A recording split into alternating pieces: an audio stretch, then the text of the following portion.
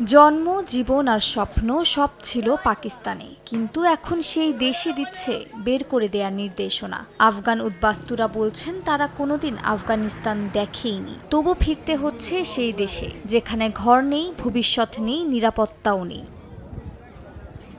মাস জুড়ে প্রতিদিন ফেরত পাঠানো হচ্ছে ৭০০ থেকে ৮০০টি পরিবারকে। অভিবাসীদের চাপ সামলাতে না পেরেই লক্ষ লক্ষ আফগানকে দেশ ছাড়ার নির্দেশনা দিয়েছে পাকিস্তান। জাতিসংঘ জানায় এপ্রিলে এরই মধ্যে ১৯,৫০০ জনকে জোরপূর্বক ফেরত পাঠানো হয়েছে। বিবিসিকে তালেবান কর্তৃপক্ষ জানিয়েছে আগামী কয়েক মাসের মধ্যে প্রায় ২০ লাখ আফগান নাগরিককে ফেরত পাঠানোর নির্দেশনা দিয়েছে ইসলামাবাদ। পাকিস্তানে বর্তমানে প্রায় ৩৫ লাখ আফগান শরণার্থী রয়েছে।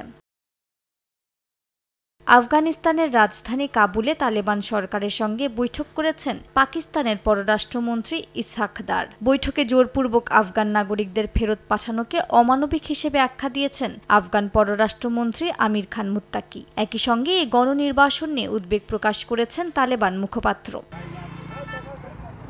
তোরখাম সীমান্তে ফিরিয়ে দেয়া পরিবারগুলোর কষ্ট চোখে পড়ার মতো। মিলিটারি ট্রাকে করে নিয়ে যাওয়া হচ্ছে সাময়িক ক্যাম্পে। তালেবান নিয়ন্ত্রিত শরণার্থী কর্তৃপক্ষ বলছে ২০ বছর আগে যারা গিয়েছিল তাদের অনেকের ঘরবাড়ি এখন ধ্বংসস্তূপ। সেই সঙ্গে উঠছে সীমান্তে হয়রানির অভিযোগ।